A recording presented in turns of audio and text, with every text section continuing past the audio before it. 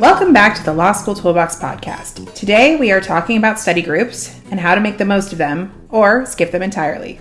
Your Law School Toolbox hosts are Allison Monahan and Lee Burgess. That's me. We're here to demystify the law school and early legal career experience so you'll be the best law student and lawyer you can be. We're the co-creators of the Law School Toolbox, the Bar Exam Toolbox, and the career-related website Career Dicta. Allison also runs the Girls Guide to Law School. If you enjoy the show, please leave a review or rating on your favorite listening app. And if you have any questions, don't hesitate to reach out to us. You can reach us via the contact form on lawschooltoolbox.com, and we'd love to hear from you. And with that, let's get started.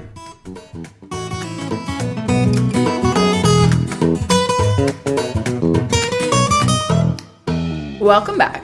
Today, we're talking about study groups. Should you have one? And if you do, how to make it work for you. And Lee, as I recall, this was actually a question from a listener. So don't be shy about writing in with your own questions. That's right. We actually read those emails and we put them on our podcast idea board. Yes, and when we're out of ideas, we come to that. Exactly. So please write to us because we enjoy hearing from listeners and what people are curious about.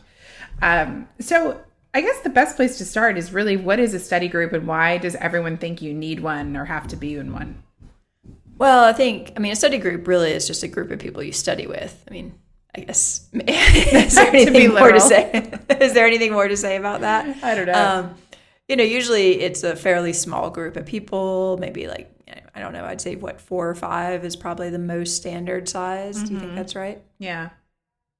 Yeah, so, it's a group of people typically these people are going to be in your section. Obviously, if you have a section, or if your class doesn't do that, then you may have different study groups for different classes. So like for us, we didn't really have like the section concept the first year. So we had a small section and then we had different people in different classes. So, it might be the most traditional one would be you have all of your classes with these people and they're the only people you study with. Right. But there are also other options, which we'll get into a lot later. Yeah. In terms of why everybody thinks they need one, I think it's just one of those things you hear about all the time. Yeah. It's part of like the law school mythology. I think when you go to law school, you've heard about this. When you watch movies about law school, they always have study groups like or books. Yeah, books. So even alumni oftentimes will talk about how important their study group is. They're still friends with their study group. I think maybe it was something more prevalent a few generations of law students ago, but it's kind of become part of this story and people can get really anxious about it. They think that they have to pick these people to build this relationship with and to study with right from the very beginning. And you don't even know them. How do you know that you should all get together and study together? It's a great point. Yeah, it's kind of impossible. People get really cuckoo about it. I remember maybe even in orientation before classes had started in my law school, there was this rumor circulating, which I think is true based on who told it to me, that someone was putting together their study group, but they would only allow people who had gone to undergrad at Harvard. And the person who told me this had been at Yale and was very upset that he was not going to be allowed to join the study group. And I was like, are you joking? Yeah. Like, A, why would you even want to be in this? And B, who does that? Yeah, that's a little extreme. It was pretty crazy. But there is this definite mythology. I remember interviewing with a judge for a clerkship, and she showed me the picture of her first year study group, which was hanging in chambers. Wow. And was like, half of these people became federal judges. I think they were at Yale or something, in like the 40s or 50s. It was a while ago. But it was this thing about like, this was my study group. But yeah, you don't have to have it. No. And I think, again, anytime you force relationships, it can be a little awkward, right? In your life, across your life, you don't want to like force yourself to be friends. And I think at the beginning of law school, you don't really know that much about people. You may have met 1 or 2 people at orientation. I remember going to orientation and trying to meet people, and then I recognized somebody from like a scholarship lunch that I'd been to that ended up going there too. And so I think I went and sat by her. So I was like, well, maybe we have something in common. I don't know. But do you know if you have similar study styles, similar learning styles, if you're going to take law school seriously, how you're going to approach different parts of law school. All this stuff you don't know in the first days and weeks of school. And to be honest, you don't know enough about yourself to even find the other people who are going to match up with you well. Yeah, I think this is one of those cases where you really have to think about what has worked in the past for you.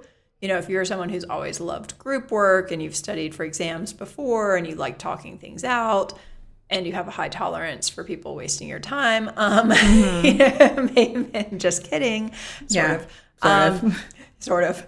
It might be a great fit for you. But if you're someone who really craves efficiency and you know that you study best and learn best when you sit down and really think through the material, then there may be other options that would work better for you. So this doesn't have to be an all or nothing type of situation. Right. And we're going to talk on this podcast about different ways you can kind of take the benefits of a study group and not have some of the downsides if you decide you don't want to make a full-on commitment, which is a totally reasonable choice. Absolutely. And I think you have to be very realistic about the work that you do together. So, Allison, let's take you and I as an example. I count you as one of my very dear friends. We've built this very successful business together. I love working and collaborating with you. I don't know we would have been very good study partners. We learn in different ways. Definitely not. Because I'm just a person who really needs to go off in the library and make sense of something for myself. And it drives me nuts to listen to other people who don't really know what they're talking about. Right. And you are a more visual learner. I'm, a bit more auditory. I have, you do flow charts. That doesn't really work for me. I do more linear outlines. And so that doesn't mean that it wouldn't be great to sit and kind of have conversations about what we learned in class or even review practice assignments together or things like that. But you and I would not be a great match to sit down and grind through material every week together. That probably would not be the most efficient use of our time. No, because I think the idea of a study group is you really do commit to doing this, at least once and maybe more than that per week. Mm-hmm. So a lot of people have a standing meeting or, they have plans that they're going to meet twice a week. So this is like a pretty big commitment of time. Right. So I think, there's no, you can have a study group. You just have to make sure that it's going to work for you and that it's really going to be the most efficient use of your time. Yeah. So you and I did not join typical study groups during our law school experience. I'm sure people are shocked when I'm sure they are. Talk about this. Already, we're 5 minutes into the podcast, they're shocked. But I think it isn't that we didn't study with other people. I think for me, I did not have kind of the standing study group where we met on a regular basis, but I did have some class-specific groups. So I think the first time I really studied with other people was when I took property. When we got to future interest, everybody was scratching their heads, and I think we all realized it would be helpful if we got together and worked through some of the problems together. I would study sometimes with folks at the end of the semester to review our outlines and compare them to see if we were missing anything. But I also worked a lot by just having one or two friends that I would kind of consistently check in with. We would share notes, we would answer each other's questions, and we would sometimes study together in the library, but it wasn't formal. It was just we kind of knew that we were the person that we check in with each other.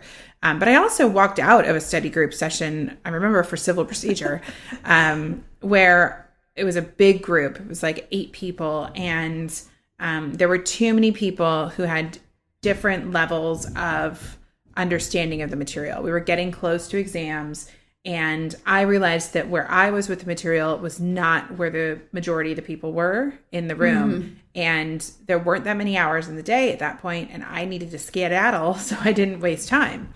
And, a lot of these people were my friends, and I had that moment where I'm like, I hope I don't offend anyone or hurt my friendships, but, I have to be able to get ready for this exam, and I have limited time, and this isn't working, and I had to excuse myself. And I think you have to evaluate the situations and not be too concerned about the social aspects of it. No, I think that's right. I mean, I think that was probably the right call on your part, but I can also see how somebody might have been like, well, who does she think she is? Why she doesn't want to study with us? Is she better than us? Right. That's on them. It's not on you. Yeah. And it's all going to come out in the end by hopefully you doing well in the class. No, I mean, I took a sort of similar approach. I tended to study mostly on my own in the beginning of the semester. And then as we got closer to exams and people had materials, outlines, practice exams I wanted to go over with people, that kind of thing, I would have a few people over to my house, like on a class by class basis, and we would go through some stuff. But it was very ad hoc. It wasn't, I mean, like one of my roommates, for example, had her study group. And so, they were at least weekly, maybe more than that, like at our house for hours and hours and hours. And it seemed great for them. They had like huge things they'd put on the wall. I just remember like pages and pages and pages of like craft paper on the wall. And they'd have these enormous making sense of the whole class on one page. And then they'd all stand back and argue about it. And it worked great for them. So that was an interesting kind of contrast of like a different way that you could do this that also would work. Yeah. So what do you think is a good way to use a study group? I mean, it seems like you got to see your roommate's functional study group that seemed to work for them. Yeah, I mean, they definitely spent a lot of time gossiping and arguing too, but they did do some work. That's good. But, I think some of that, like having comrades and people that you can collaborate with and blow off steam actually is helpful. You just have to be careful, that it's 10 minutes out of your study group's 2-hour session, not an hour and a half. Right. Like everyone likes to gossip. But, right. And groupthink, can start to really play into that as well. If you're concerned about a professor or an exam, you can get yourselves really whipped up into for sure. something. Yeah, people can get really, really worked up about fairly minor things. If you didn't have somebody to talk with about it, you'd probably just be like, oh, that's kind of weird. Mm-hmm. Okay, moving on. Yeah.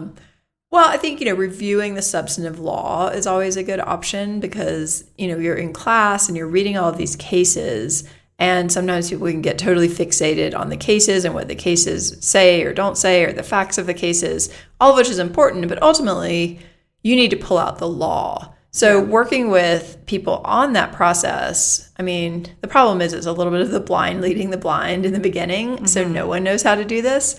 But at least to make that a goal of like, okay, I think having goals for your individual sessions is also helpful. Yeah. So, you might go into a session and say, okay, like our goal today is to do a basic element by element analysis of personal jurisdiction. Right.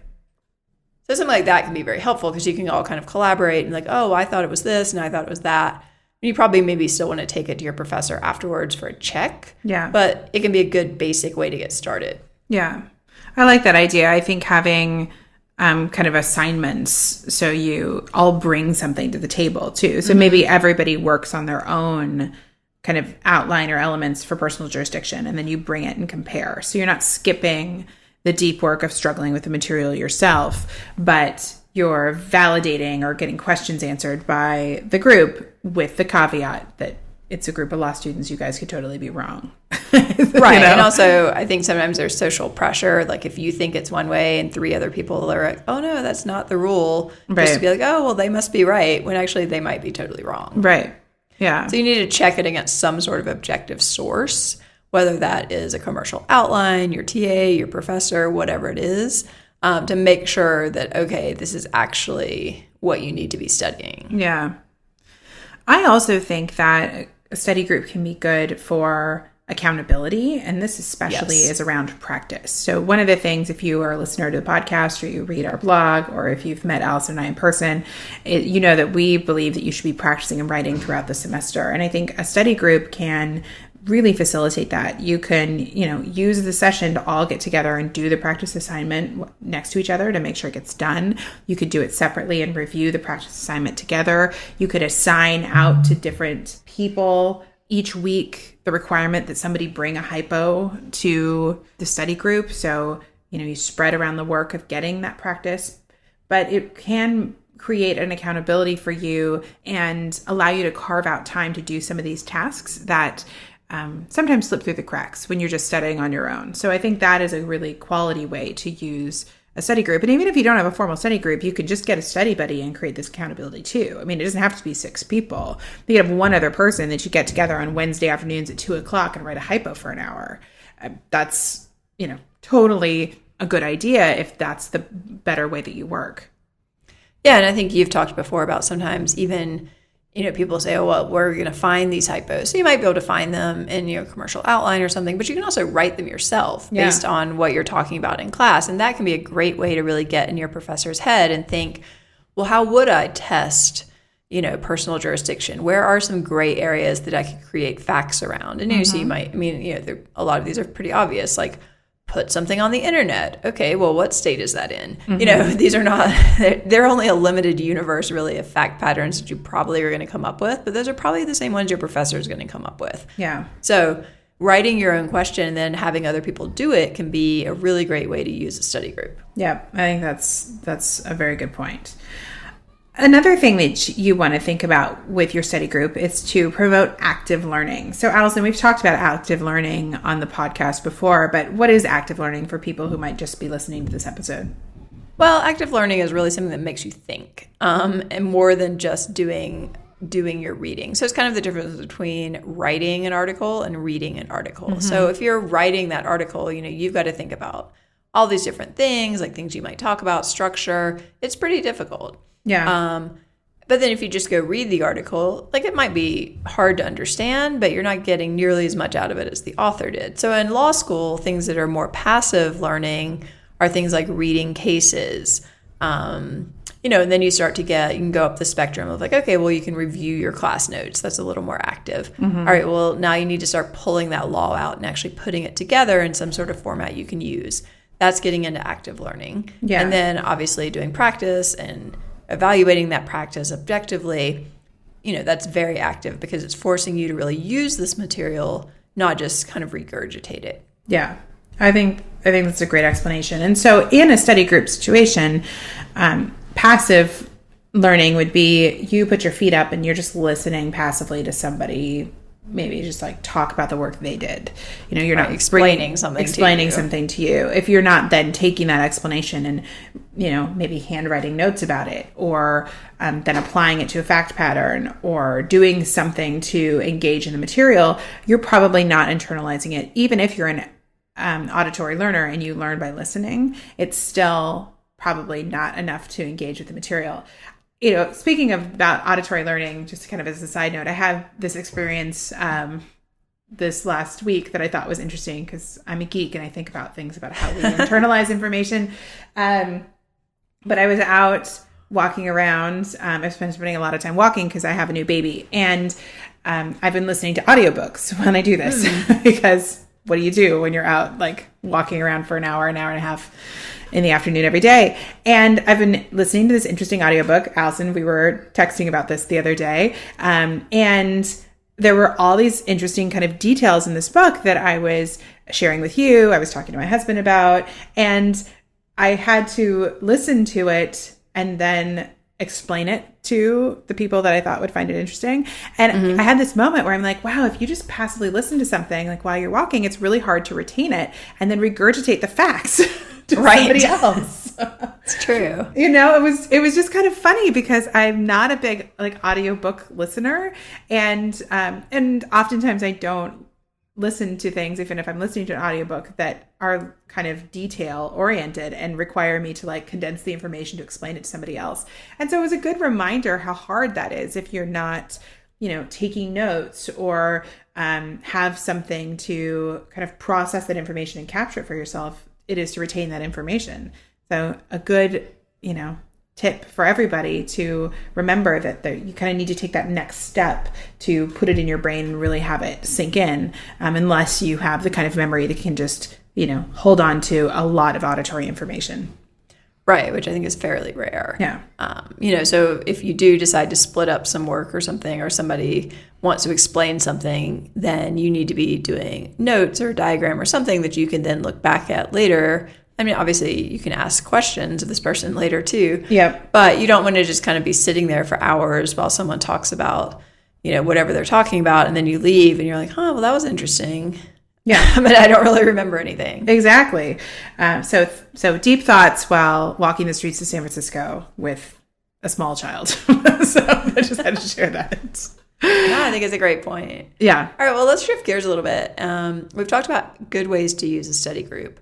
What are some bad ways to use a study group? I think there are a lot of pitfalls around this. There's some, with the mythology, there's also, we always get students coming to us who are, working with us when we're tutoring or talking about tutoring, and they say, oh, my study group, for example, we're splitting up the outlines. So we're going to have amazing outlines of all the classes. Is that a good idea, Lee? Ooh, that is a tough one because you're really skipping out on the deep work.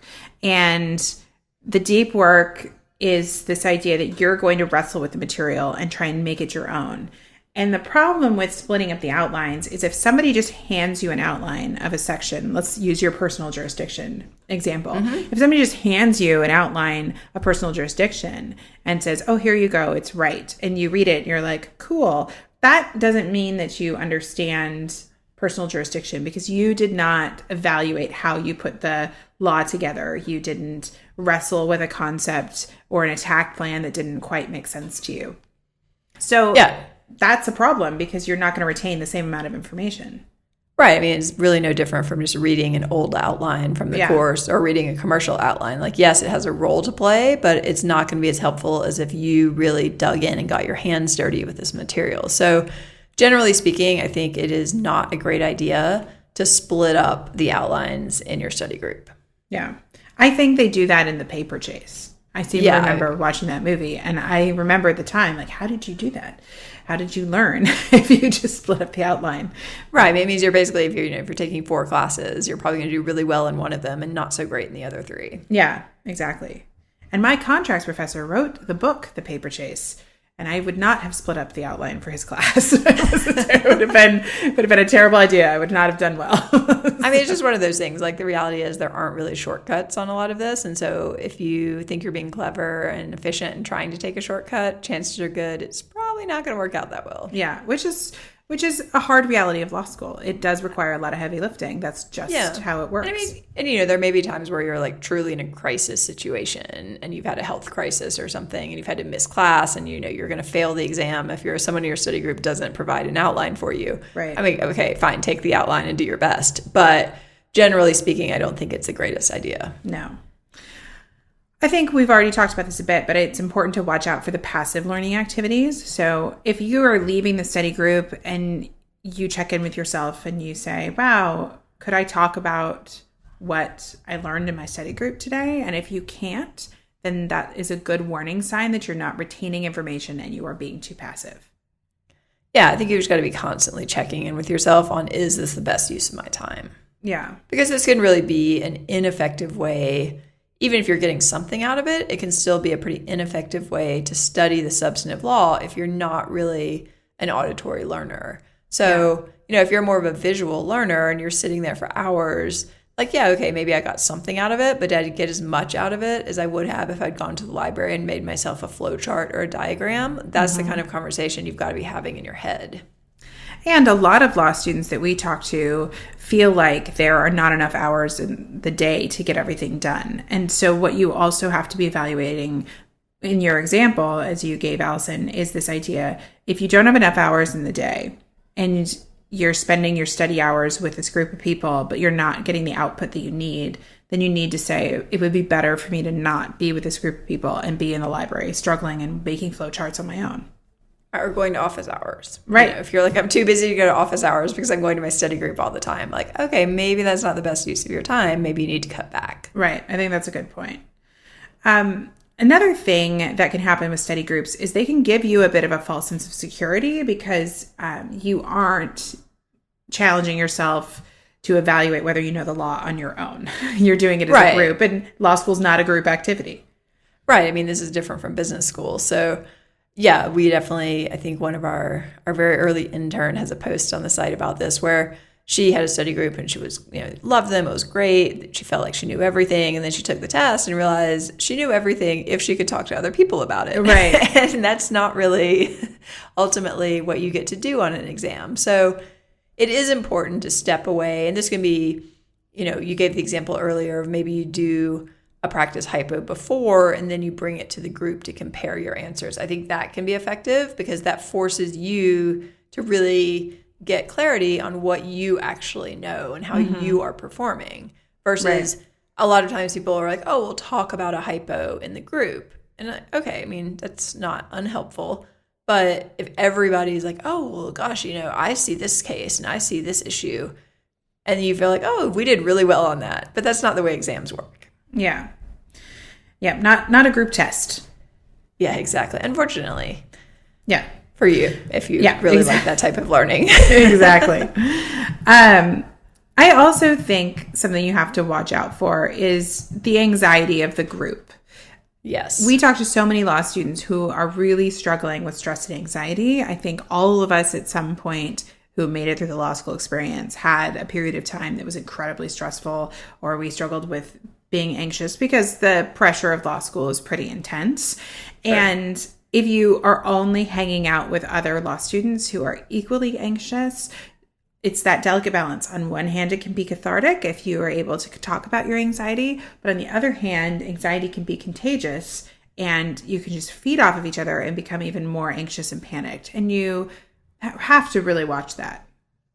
Yeah. I mean, I think this is one of those cases where it might make sense to be deliberate about this in the beginning and know going into a study group that it can be this sort of anxiety producing experience. And you can do things that sound, frankly, a little hippie, but actually do work. So there's some like really simple Qigong techniques, for example, where you could start your group with 5 minutes of doing something like that. Or if it starts to get stressful, everybody takes a 5-minute break and they do a little bit of body work or something. I mean, I realize this sounds pretty hippie, but these things are popular for a reason, and that reason is that they work. Yeah, I think that's true. I like the idea of doing like a group mindfulness, sit or something in the beginning. Yeah. I hadn't really thought about that, but to really allow people to focus and maybe even decompress a bit from the day. Yeah, just being deliberate about sort of how you start and end the group activities, I think can go a long way towards avoiding that just feeding off of anxiousness. And also, maybe even having someone appointed who's the person who's appointed to point out when this gets out of hand, okay, everybody, like, I think that we've spent enough time talking about how difficult this exam is going to be. Maybe we should start to prepare for it. Right. That kind of, and deputize that person so they don't feel weird about it. Yeah, I think that's another good suggestion. Okay. I think one of the other things we've mentioned that it's just worth mentioning again is remember that everyone in the study group are law students and they don't know more than you do. They aren't TAs, they aren't professors, they aren't tutors, they aren't even law graduates. They've never taken this class either. They've never taken this exam. They know nothing. They know nothing. Basically. And so when all else fails, you need to go to somebody, hopefully your professor or a TA, to get clarity. This can be really dangerous and it can lead you down a road. You constantly need to evaluate the advice you get from other law students in law school because this can happen inside and outside a study group. I actually had a situation in law school in one of my criminal law classes. I can't remember if it was criminal law or criminal procedure, where the TA, who was just a 2L, gave us a review session and gave us incorrect information. Totally happens. Yeah, totally happened.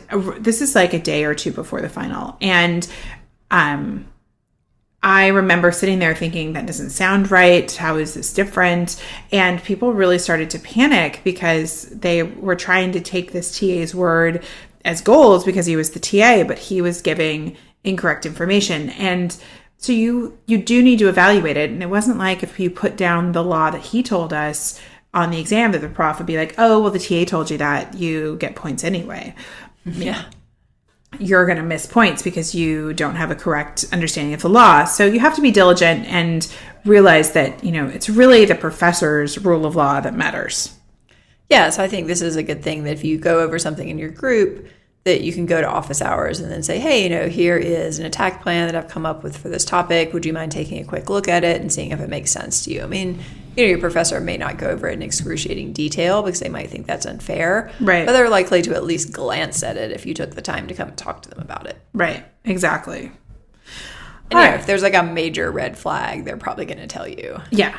Yeah. Like that is their job. That is their job. Okay, what about other things to consider if you're going to have a study group, how to make the most of it? There are always the logistics, like where are you going to meet? Do you have a good location to be productive? You said that like your roommate's study group met at your apartment, which could be good or bad. Right. I mean, it was good because they had access to the kitchen and they could get snacks. True.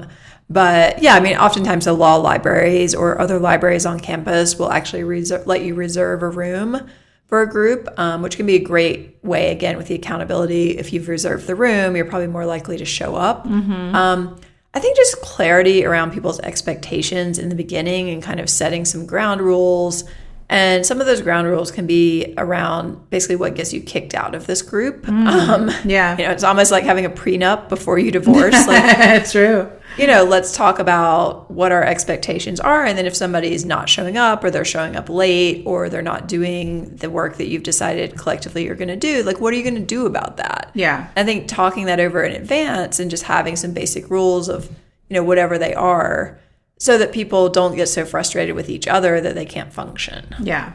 I think that that's really true. You don't need drama. You just need... this is supposed to be making your life easier and better, not worse. Right. Yeah. Very good point.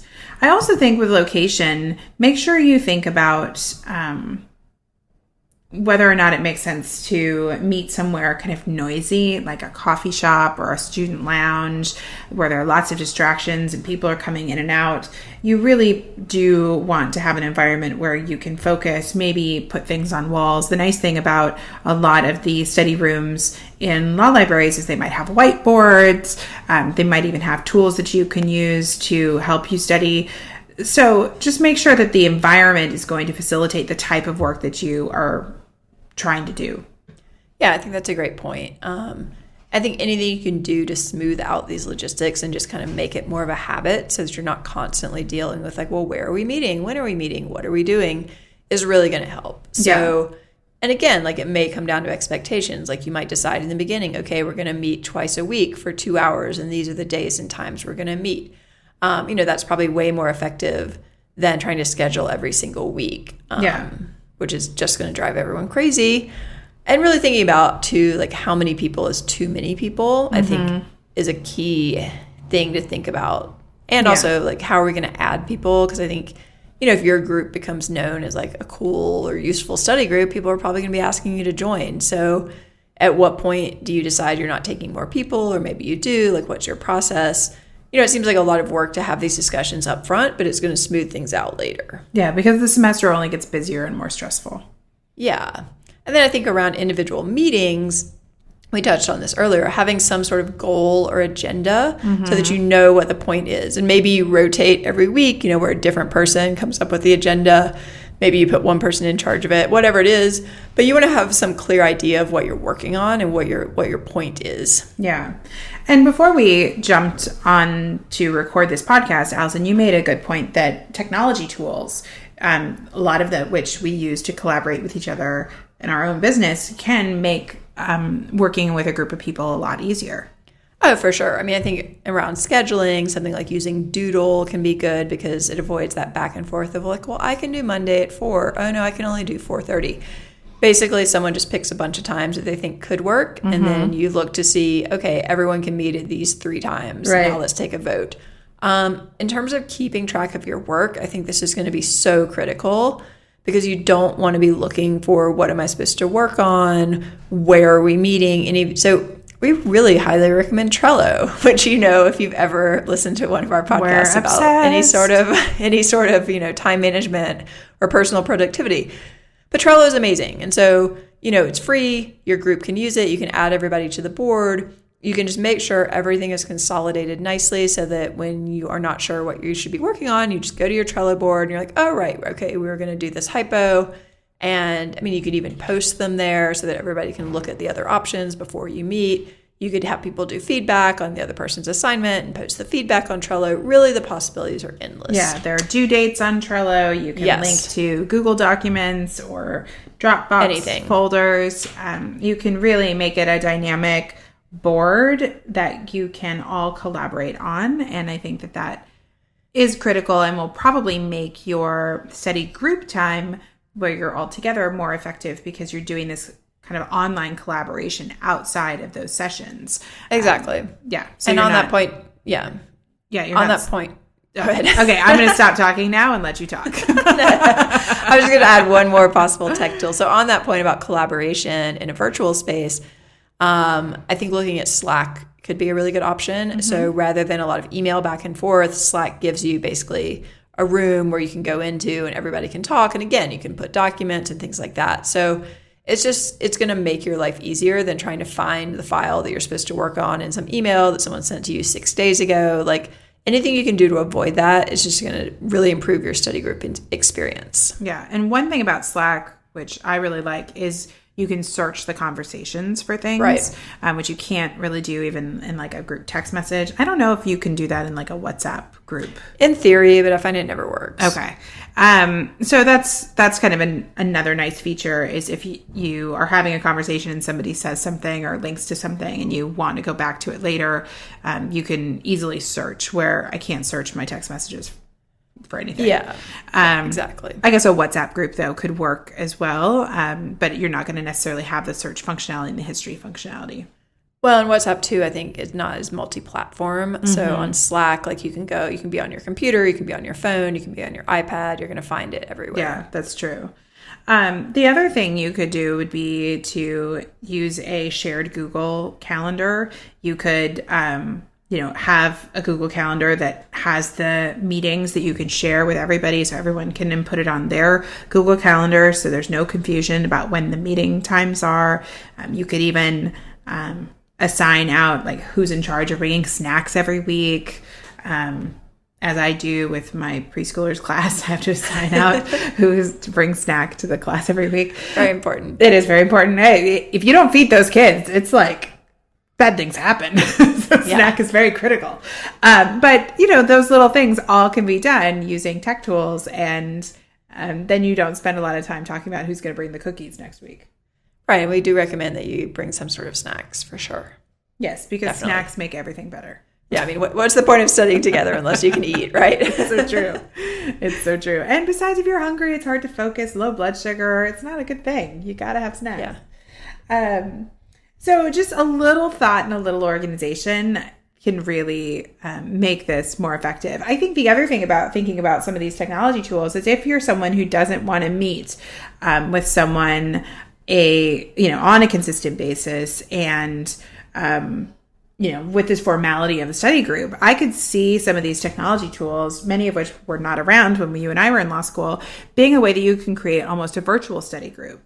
I think if you don't like necessarily working with people, but you still want to collaborate, I think you could have a Slack channel where you're able to kind of chat and share information. You could have a Trello board where you are, maybe posting sections of outlines so you could each review them and give feedback. You could use that to, submit hypos to each other and each give each other feedback. I think there'd be a lot of ways that you can collaborate with another person without having to be physically in the room. And this could work really well too for part-time law students who aren't on campus a lot. I think it can be very hard for them to have a formal study group because oftentimes they have a full-time job or a family at home, and so they aren't on campus very often, or at schools where people are commuting more. Some of my good friends lived like 45 minutes away from our law school, and so they weren't on campus because they were also trying to get home before rush hour and things like that.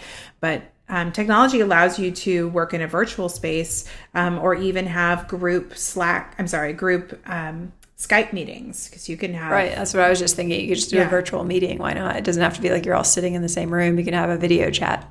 Yep. So getting a little creative can allow you to, make this work for whatever situation that you're in.